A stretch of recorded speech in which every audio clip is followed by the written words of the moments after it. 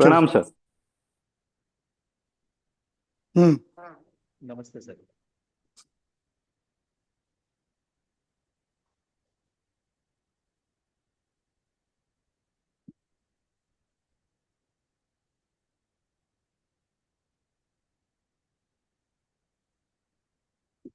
हम देख रहे थे 183, 84, वन 85, एट 86। हमने कहा था कि वात व्याधि में यदि संसर्ग अथवा आवरण है तो चिकित्सा में परिवर्तन करना पड़ता है। तो ये चिकित्सा साधारण होती है।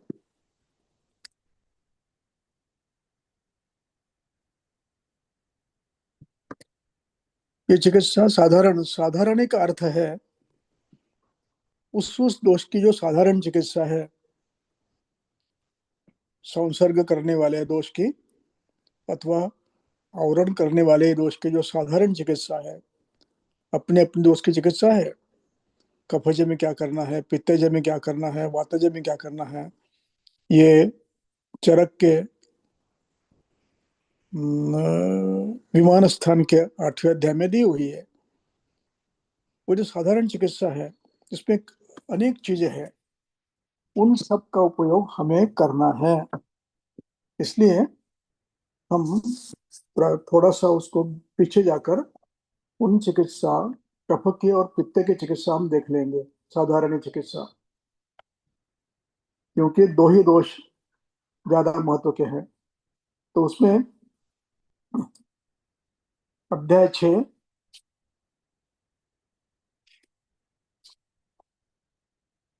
श्लोक क्रमांक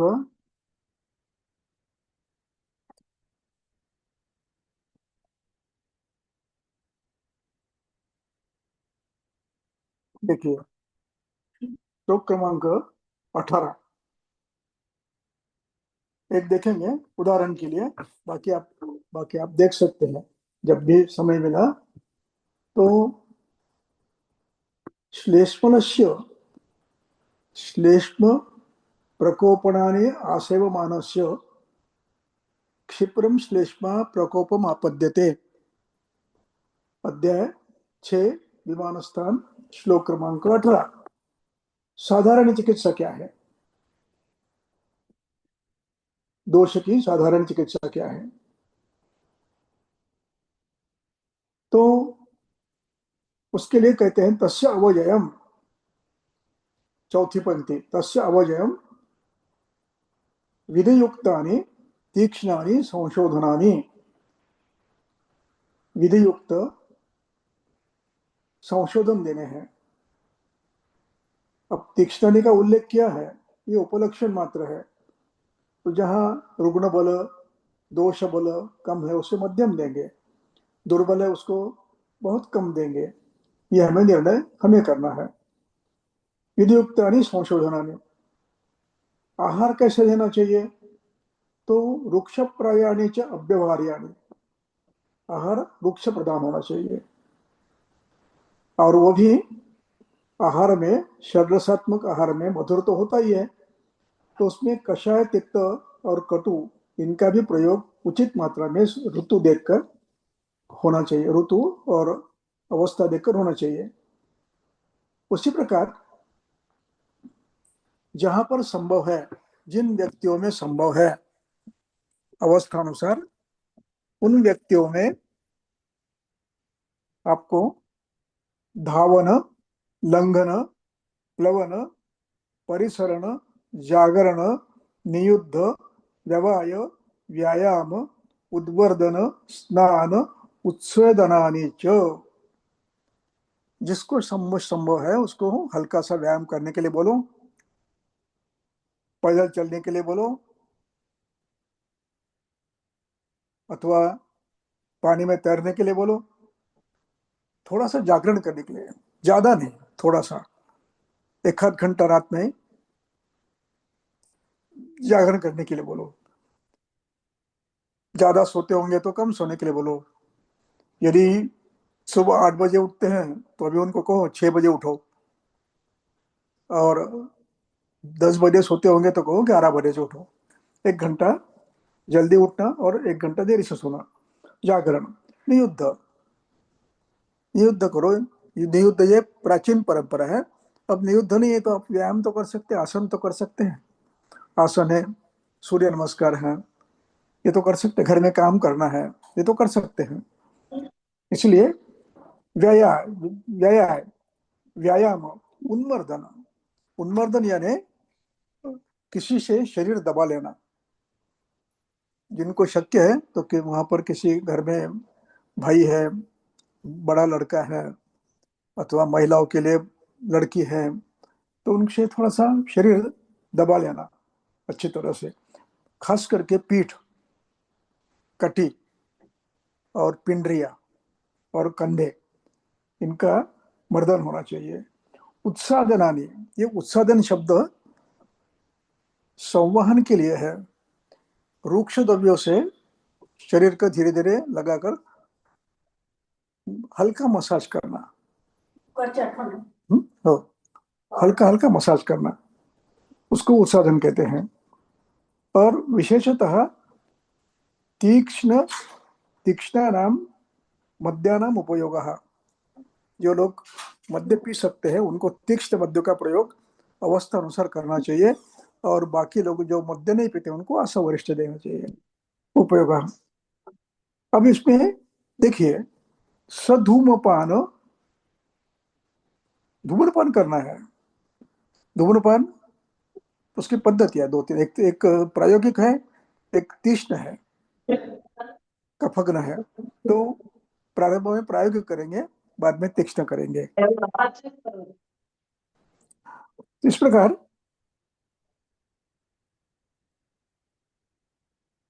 धूमपान करना है।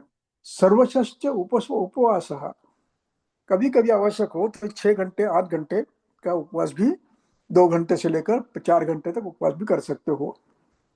और इनके लिए खास एक सूचना है कि नित्य एसी में बैठने के स्थान पर ऐसे कमरे में बैठो जहां पर हवा थोड़ी सी सुखोष्ण हो। और सबसे महत्व का है, सुख प्रतिषेध सुखार्था च, सुख की कल्पना काम न करना, सुख की कल्पना कष्ट न करना, ये गलत है। कफज व्यक्ति के लिए, सुख प्राप्ति के लिए इस प्रकार के सुख को त्यागना चाहिए। कर, इसको कर्म द्वेष कहते हैं। ये टालना चाहिए, कर्म करनी चाहिए। इस प्रकार की ये सभी प्रक्रियाएं हमें अपेक्षित है। और इसमें तीक्ष्ण धावन नस्य, ये भी अपेक्षित है। यहाँ धूम्रपान कहा है तो सधूमपान का अर्थ यहाँ पर है धूम्रपान के साथ ऊर्ध्व यत्रुगत अवपीड़ अथवा प्रथम नस्य का प्रयोग, और बाद में वचा जैसे तेलों का शोधन नश्य भी इनको मात्रा में देना चाहिए। इस प्रकार ये तीनों का वर्णन किया है। अभी तीनों का नहीं पढ़ूंगा मैं, समझ जाएगा, लेकिन ये पढ़ने लायक है। खास करके दीर्घकालीन व्याधि में, जैसे बलवान वात व्याधि है जिसको 3 3 महीने चिकित्सा करनी पड़ती है, 2 2 3 3 महीने, वहां पर क्या करना चाहिए? तो उसके लिए ग्रंथकर्ता जो उदय विधान करते हैं वो पढ़ने, वास्तव में पढ़ने लायक है। तो वो आराम से पढ़ो, और फिर उसमें कोई प्रश्न आए तो पूछ सकते हैं। उसी प्रकार पित्त में करना है। तो हम छोड़ देते हैं अभी। हमें उदाहरण के लिए कफ का उपयोग लिया हमने, तो कफ और आमोदोष, इनकी चिकित्सा साधारण एक ही होती है। इसलिए प्रत्याह उसमें साधारण क्रिया करनी है।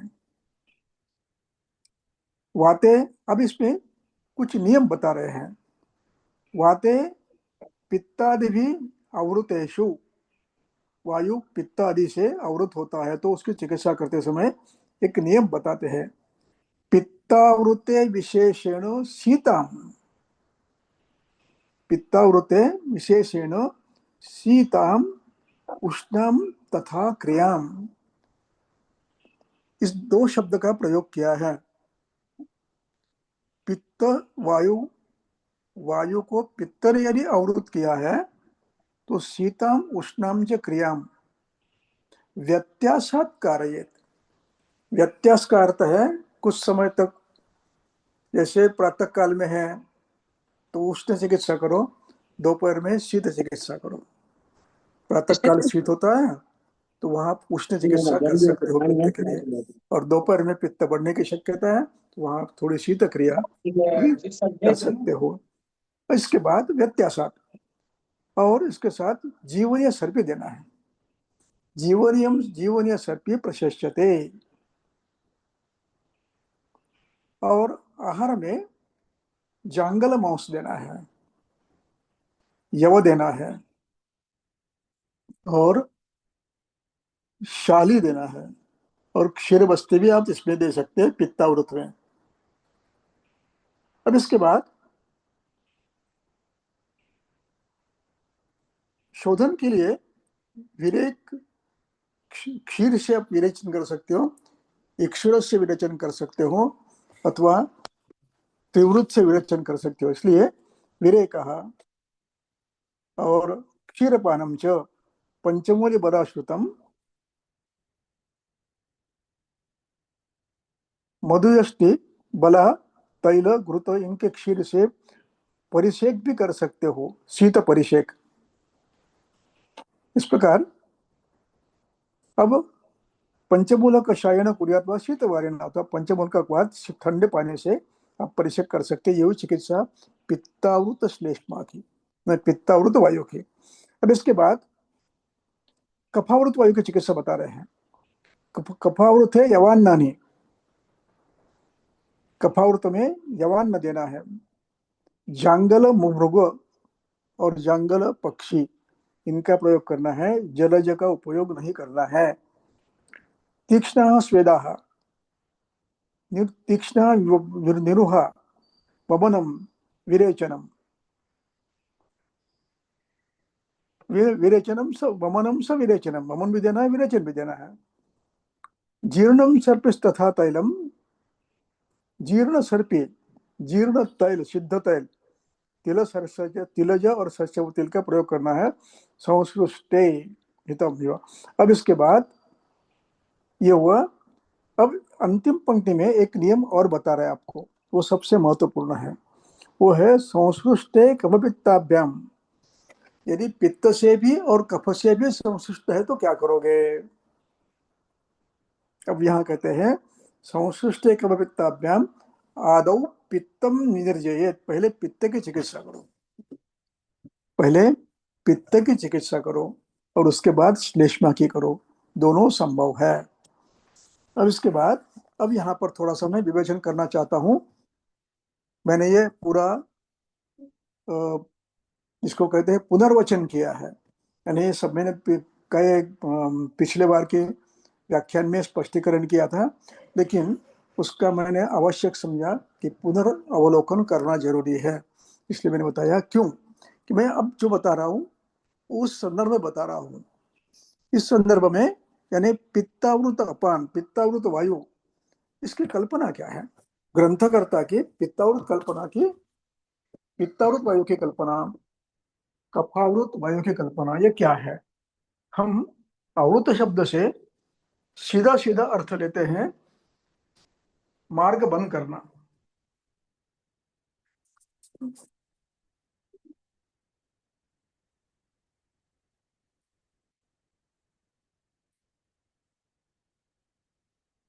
तो यहाँ मार्ग बंद करना ये अपेक्षा नहीं है, दोनों प्रकार अपेक्षित है। केवल मार्ग बंद करना ये अपेक्षित नहीं है। रसवाहिनियों में मार्ग बंद करना ये स्वाभाविक है, स्रोतसों में, लघु स्रोतसों में मार्ग बंद करना यह भी स्वाभाविक है। तो ये पित्त के द्वारा मार्ग, पित्तल स्रोत से मार्ग बंद होगा, कफ से भी मार्ग बंद होगा, ये छोटे स्रोतों में। लेकिन कुछ स्रोत सिद्ध बड़े हैं, आकार से, विस्तार से, आशय बड़ा है, तो वहां पर ये आवरण की कल्पना ग्रंथकर्ता की क्या है वो थोड़ी समझने के लिए आवश्यक है। उसके लिए आपको मैं थोड़ा सा उदाहरण देता हूँ।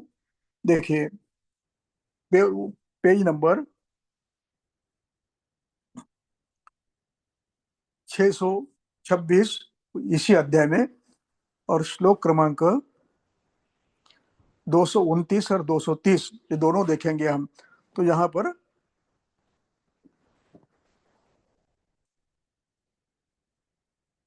औरत की कल्पना ग्रंथकर्ता की केवल श्रोतोरोत की नहीं है। यहाँ पित्त भी मूर्त है, श्लेष्मा भी मूर्त है, आम भी मूर्त है। ये अवरोध कर सकते हैं, लेकिन प्रति रुग्ण में, आवरण में अवरोध श्रोतोरोध होगा ही, ऐसे नहीं। ये आवरण एक भिन्न प्रकार का है, जिसको कहते हैं अभिभवन। इसका ये शब्द का प्रयोग डल्लन ने सुश्रुत के प्रथमाध्याय में, महारोगाध्याय में इसका वर्णन किया है कि एक दोष, जो मूर्त दोष है, वो वायु के स्थान में अपना प्रभाव दिखाता है। तो उसको अवरोध कहेंगे ऐसा नहीं है, हर बार अवरोध होगा ऐसा नहीं है। यहाँ अवरोध के सिवाय भी अपना प्रभाव डाल सकता है। जैसे मेघ आए हैं, मेघ से सूर्य अवरुद्ध हुआ है, अथवा वातावरण वर्षा आई है और वातावरण में उष्मा कम हो गया है, ये भी आवरण है। मेघ से सूर्य अवरुद्ध होना, यह साक्षात आवरण है। और हवा ठंड हो गई, उष्मा कम होना, यह आवरण भिन्न है। ये अपना प्रभाव डालना, इस प्रकार इसको इन्फ्लुएंस कहते हैं अंग्रेजी में। अब देखिए, हम देखेंगे 229। 229 पढ़ो। 229 में क्या लिखा है? व्याने कफावृते लिंगम गतिसंगस्तथाधिकः। व्यान वायु कफावृत होता है तो क्या हो सकता है? गतिसंगस तथा अधिकः। एक तो गतिसंग होगा, अथवा कार्य अधिक होगा। अब यहाँ संग है, ये स्वाभाविक है, गतिसंग कफावृतंग, और कार्य भी अधिक होगा। उसका स्पष्टीकरण बाद में देता हूं, अधिक कार्य कैसा होता है। तो अब इसके बाद हम देखेंगे लिंगम पित्तावृते। पित्तावृत लिंग, पित्तावृत अपान। अपान क्षेत्र यानी कटी, मूत्र वह स्रोतस, अर्थ वह स्रोतस, पुरुष वह स्रोतस, यह अपान का क्षेत्र है। अब लिंगम पित्तावृते अपाने क्या होगा? हारिद्रभूत वर्चस्व तापश्च गुदमेट्रयो हो। मूत्र पुरीश, ये हरिद्र वर्ण का होगा। और यदि उष्ण गुण से बढ़ गया है तो गुदमेढ़ में ताप होगा या पाक होगा।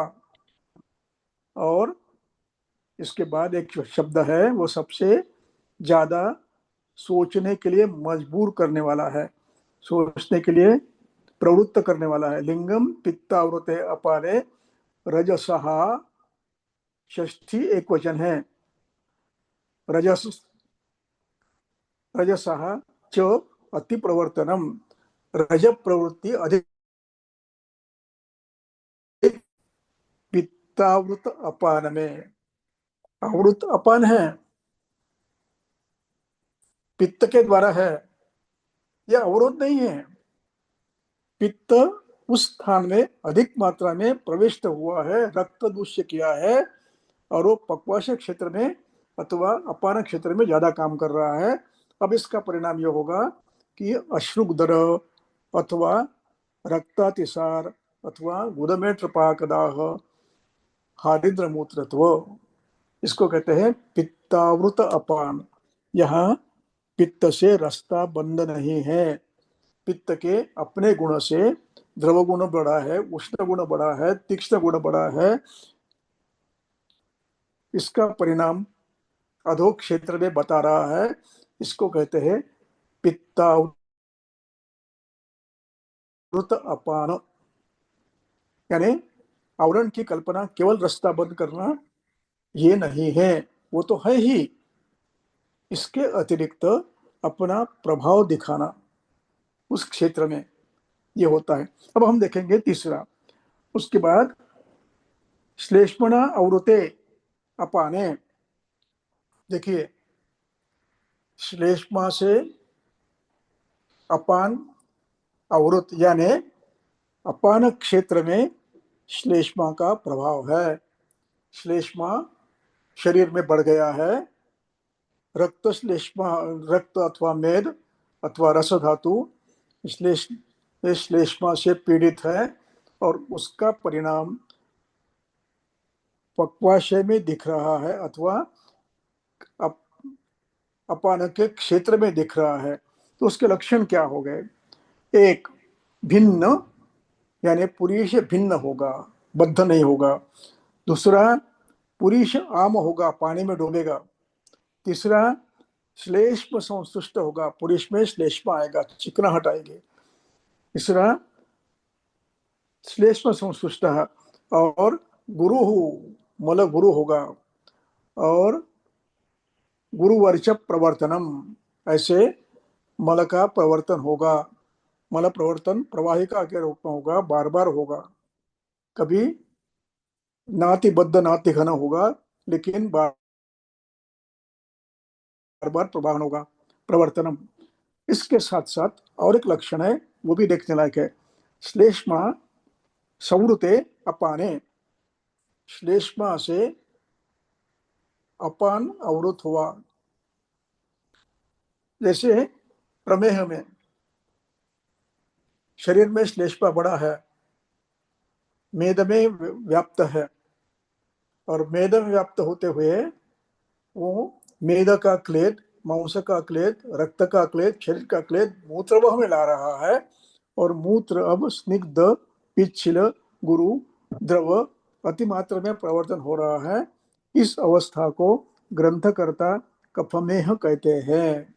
यानी श्लेष्मावृत अपान में कफमेहस्य चागमः, यानी बहुमूत्रता, पिच्छिल मूत्रता, स्निग्ध मूत्रता, गुरु मूत्रता, मधुर मूत्रता, देश श्लेष्मावृत अपान है। अपान अवृत का अर्थ केवल रास्ता बंद होना ये नहीं है, अपना प्रभाव डालना। वास्तव में अपान अवरुद्ध है, उसके प्रयोग कम, उसका कर्म कम होना चाहिए, देखिए बढ़ता है। एक कल्पना है, जो आवरक है, आवरण करने वाला है, उसका कार्य बढ़ेगा, और जो अवरुद्ध है उसका काम कम होगा। ये कल्पना सरासर हर जगह नहीं लगेगी। जो अवरुद्ध हुआ है उसकी गति कम होगी, रस अवरुद्ध हुआ है उसकी गति कम होगी। पुरुष से अपन क्षेत्र अवरुद्ध हुआ है, उसकी गति कम होगी, ये भी होता है। लेकिन कभी कभी गति अधिक भी होती है। जैसे पित्त से अवरुद्ध अपान है तो रक्तस्राव होगा, अर्श होगा, रक्तातिसार होगा, अश्रुदर होगा। और श्लेष्मावृत अपान है, श्लेष्मा से अवरुद्ध अपान है, अपान की गति कम नहीं होगी, अपान के कार्य बढ़ेंगे। और उसमें कहता है कफमेह से चागमः भिन्नाम गुरु मन प्रवर्तनम। इसीलिए ऊपर एक श्लोक आया था, मैंने कहा था, बाद में बताऊंगा, 229 में, गति गति संगा तथा अधिकम कफावृत्ते यानी गति संगः अथवा अधिकम च। यहाँ श्लेष्मावृत व्यान हो गया तो उसका परिणाम बहुमूत्रता ये हो सकता है। अपान क्षेत्र में जाता है तो बहुमूत्रता भी आ सकती है। इसलिए हमें आवरण की कल्पना, जहां पर संश्लिष्ट और आवरण, तो आवरण की कल्पना मूर्त द्रव्यों की, जिनको शरीर है, ऐसे द्रव्य आवरण करते समय दो पद्धति से करते हैं। एक मार्ग बन करते हैं और दूसरा अपना गुणों का, अपने अस्तित्व का प्रभाव उस क्षेत्र में बताता है। यदि वो क्षेत्र अपान है तो उसको अपान श्लेष्मौर्त अपान कहेंगे, और वो क्षेत्र यदि शिरस्थान है तो हम कहेंगे श्लेष्मावृत प्राण। तंद्रा ये श्लेष्मावृत प्राण है, अति निद्रा ये श्लेष्मावृत प्राण है। यहाँ पर श्लेष्मा जिस जिस अवयव वायु का क्षेत्र और पर प्रभाव डालेगा, शरीर बहुत गुरु है, भारी है, ये श्लेष्मावृत व्यान है। शरीर की गति कम हो गई है, हिलचल कम हो गई है, जैसे पार्किंसनिज्म में होती है, ये श्लेष्मावृत व्यान है। इस प्रकार हमें आवरण की कल्पना समझनी है। ये बताने के लिए मैंने ये विषय का आज पुनरुच्चार किया है, पुनर्अभिव्यक्ति की है। अब आगे जाएंगे हम।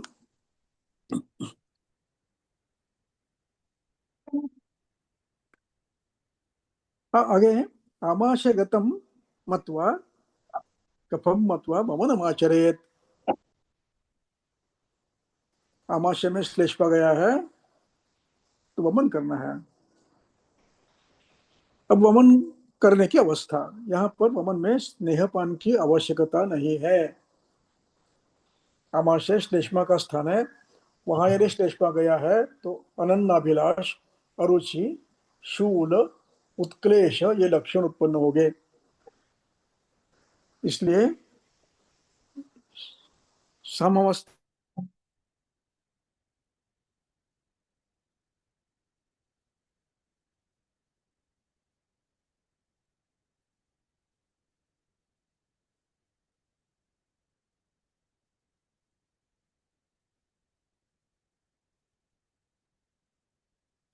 आमाशयगत श्लेष्मा में यह अवस्था उसके लक्षण ग्रंथकर्ता ने दिए हैं, ज्वर में और ग्रहणी में। तो हम ग्रहणी के लक्षण देखेंगे। यह अवस्था 15वां अध्याय श्लोक नंबर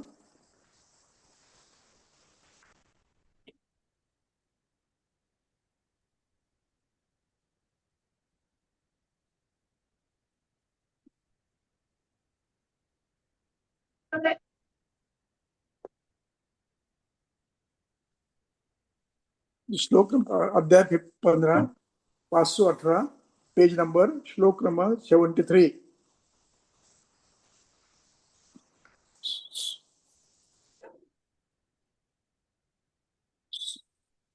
श्लोक नंबर 73, 74।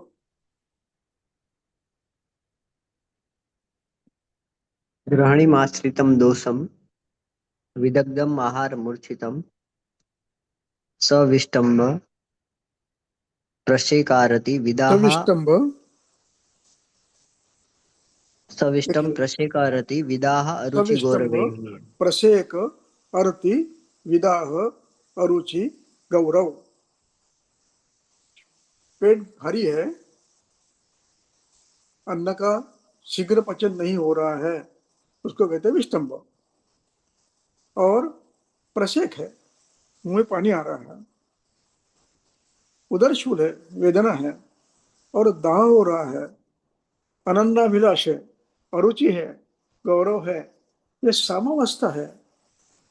इस अवस्था में भी दृष्टा आमलिंगान्वितम दृष्टवा सुखोष्णेन अम्मुना उद्धरेत। गर्म पानी नमक डालकर पिलाकर तुरंत वमन करवा दो,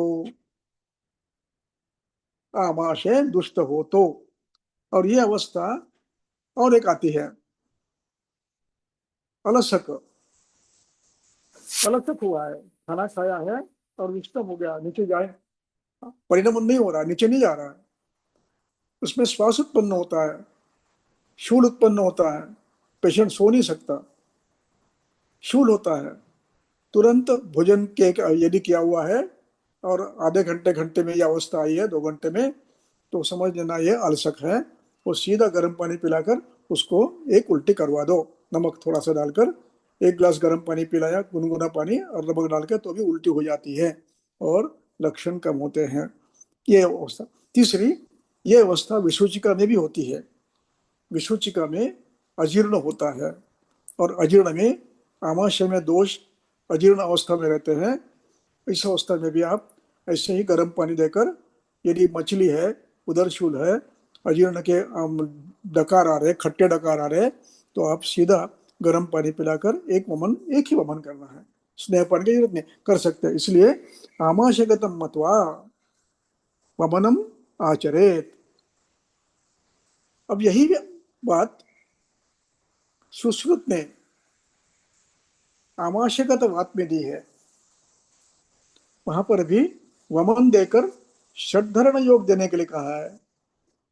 अब ये वमन क्यों दिया है, इसका विचार बाद में करूंगा मैं, लेकिन वमन करने के लिए कहा है तो वहां पर भी वमन देना है आपको। पक्वाशय में, पक्वाशय में यदि श्लेष्मा गया है तो उसका आप विरेकम पक्वाशय। हेलो। जी गुरु जी। हेलो।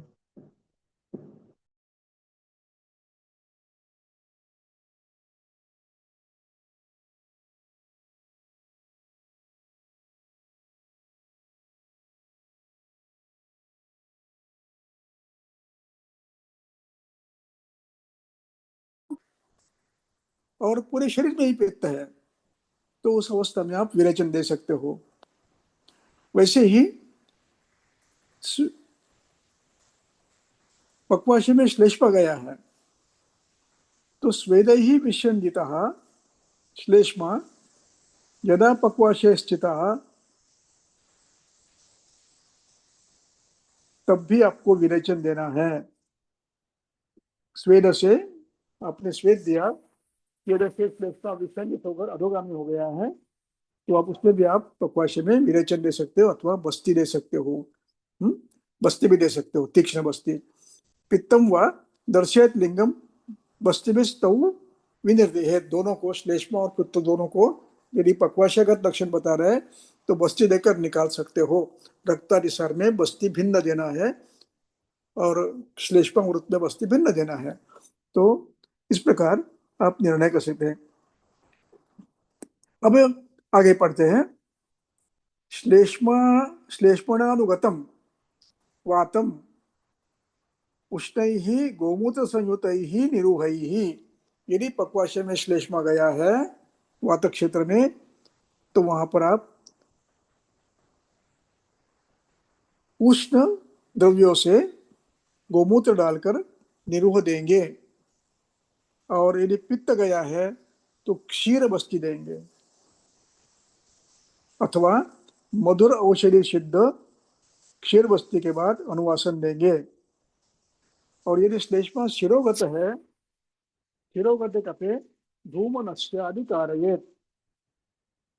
इस प्रकार आवरण का अर्थ दो पद्धति से लेना है।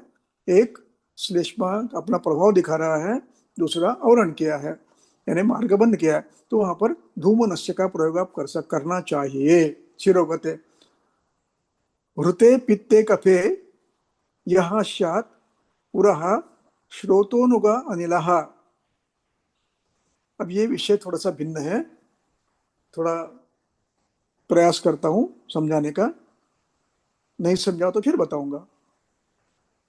श्लेष्मा और पित्त, कफे पित्ते दोनों की सप्तमी है, और हृते ये भी सप्तमी है, हृत शब्द है, रु धातु है, उसका हृत या पास्ट पार्टिसिपल है, और हृते यानी शोधन किया हुआ है, आपने शोधन किया है किसका, पित्त और कफ का।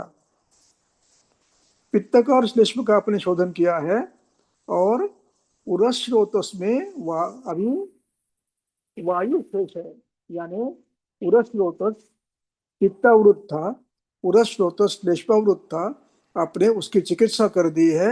अब वहां पर श्लेष्मा है तो वहां पर श्लेष्मानुगः अनिलः सशेष, तो उसके लिए तत्र क्रिया केवला वातिकी क्रिया, वहां पर केवल वायु की चिकित्सा करनी है। अब वहां श्लेष्मा पित्त की चिकित्सा करने की आवश्यकता नहीं है, क्योंकि अपने शोधन से पित्त निकाल दिया है, शमन से शमन भी किया है, श्लेष्मा निकाल दिया है।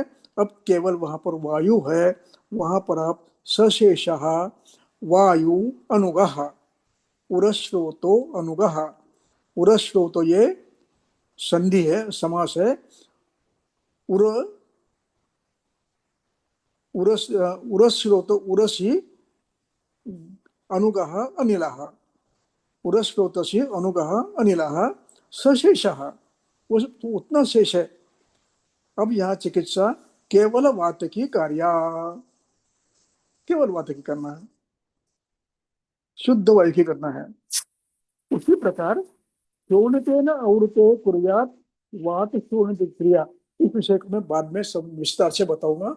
आज यही रोकता हूँ, इसमें समय लगेगा थोड़ा, तो मैं याद करूँ, कल कल इसको अधिक विस्तार से बताऊंगा। कुछ प्रश्न है तो पूछो।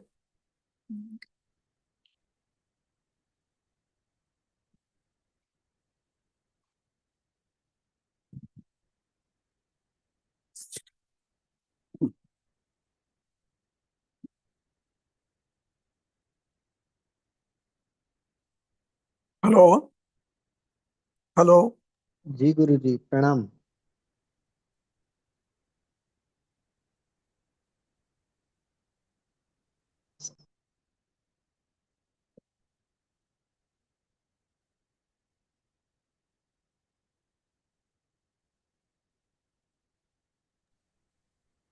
सर, एक सवाल पूछना था।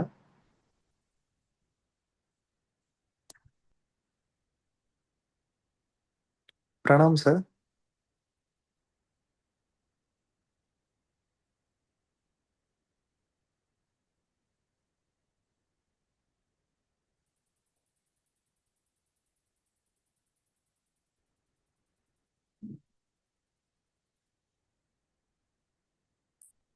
सर, आवाज सुनाई दे रहा है?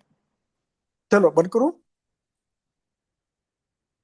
कुछ प्रश्न हेलो। नहीं है तो बंद करता हूँ। प्रतीक हेलो भैया, सर। कुछ प्रश्न तो लिख कर पूछ सकते हो आप।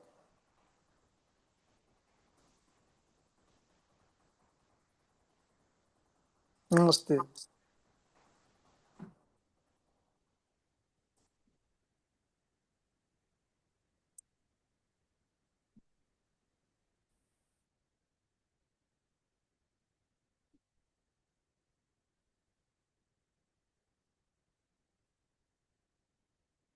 चलो बंद करता हूँ, हाँ? गुरु जी चैट में क्वेश्चन है।